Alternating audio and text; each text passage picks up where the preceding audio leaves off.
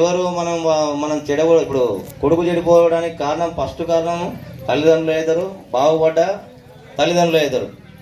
కాబట్టి మంచిగా ఉండడానికే మనం ఎక్కువ ప్రియారిటీ ఇవ్వాలి.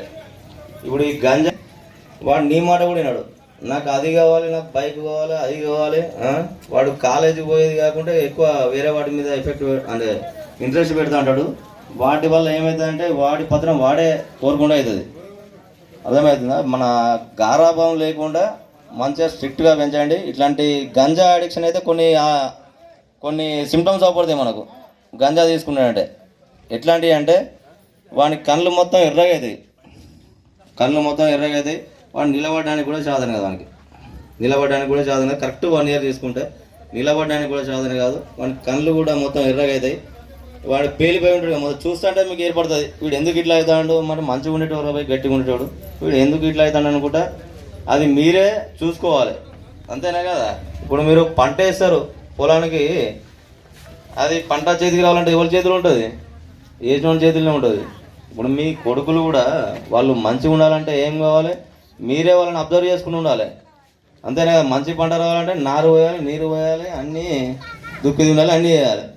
అట్లనే కొడుకులు కూడా మంచిగా ఎదగాలంటే వాడు మంచిగా పోతుండా చెడుగా పోతుండా అన్నీ కూడా చూసుకునేది తల్లిదండ్రుల బాధ్యతనే. వాడు మంచి దారిలో పోవాలన్నా చెడు దారిలో పోవాలన్నా. ఈ మెయిన్గా జలసాలకు అలవాటే ఎక్కువ. ఇప్పుడు ఈ గంజా అలవాటు ఏంటంటే ఏమైందంటే మనకు పైసలు కావాలంటే ఏం చేస్తారు? తల్లిదండ్రులను కొడతారు, లేకుంటే వాడు దొంగతనం అనే చేస్తాడు. ఏదైనా ఒకటి కాదు, వాడు దొంగనే అవుతాడు, లంగనే అవుతాడు. ఈ రెండిళ్ళలో ఎక్కువ ఆస్కారం ఉంటుంది. దొంగతనాలు ఎక్కువ చేసేందుకు ఆస్కారం ఉంటుంది. ఇప్పుడు స్టూడెంట్సే ఎక్కువ ఎందుకు దొంగతనాలు చేస్తున్నారు? చైన్ స్నాచింగ్లు, బైక్ థెఫ్ట్లు, ఇట్లాంటి వాటి అన్నిటికీ ఎందుకు అడిక్షన్ అవుతానంటే ఈ గంజా అడిక్షన్ ఒకటి. దానికి అలవాటు అయినంటే వాడికి ఏం ఏర్పడదు. ఇక ఇప్పుడు దొంగతనం చేయాలంటే మనకి సింపుల్ అనిపిస్తుంది, నాకు పైసలు కావాలి అంతే, గంజా కావాలి, అది ఒక్కటే వానికి టార్గెట్ అవ్వబడుతుంది. ఎవరు అవ్వబడరు, పేరెంట్స్ మాట వినరు, వానికి ఇవ్వని మాట కూడా వానికి అర్థం కాదు. అర్థమవుతుందా? కాబట్టి స్టార్టింగ్లోనే మనం వాడిని క్లోజ్ చేయాలి. అంటే వీడు తాగుతాడు, ఎడిపోతాడు, మంచి స్నేహం చేస్తుండో ఎడి చేస్తాడు, రోజు ఎడిపోతాడు, అది కంపల్సరీ అబ్జర్వ్ చేసుకోవాలి. మీరు ఇక్కడ కూడా మీరు అబ్జర్వ్ చేసుకోవాలి, అక్కడ మానిటర్ చేసుకుంటా, అంతేనే కదా? వాళ్ళు లేకుంటే వాడు ఇక్కడ హాస్టల్లో జాయిన్ అయిందంటే అక్కడ ఫ్రెండ్షిప్ అలవాటు అవుతుంది.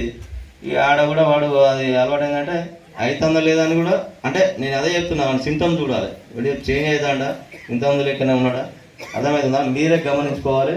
అది కూడా ఇంకొకటి సైబర్ ఫ్రాడ్స్ ఎక్కువ అవుతున్నాయి.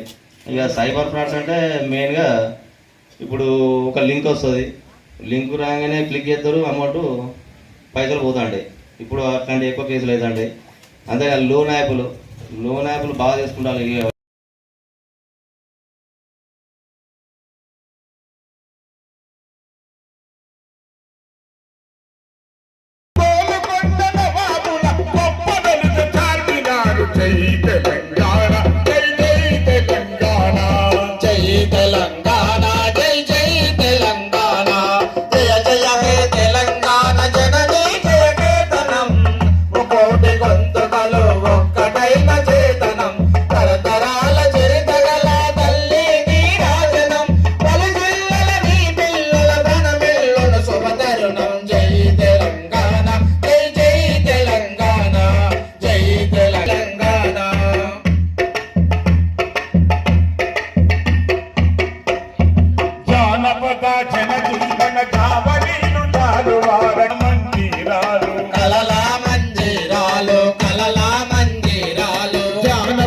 జనజీవన జవలీలు జాలువార కవి గాయక వైతాళిక కలలా మందిరాలు.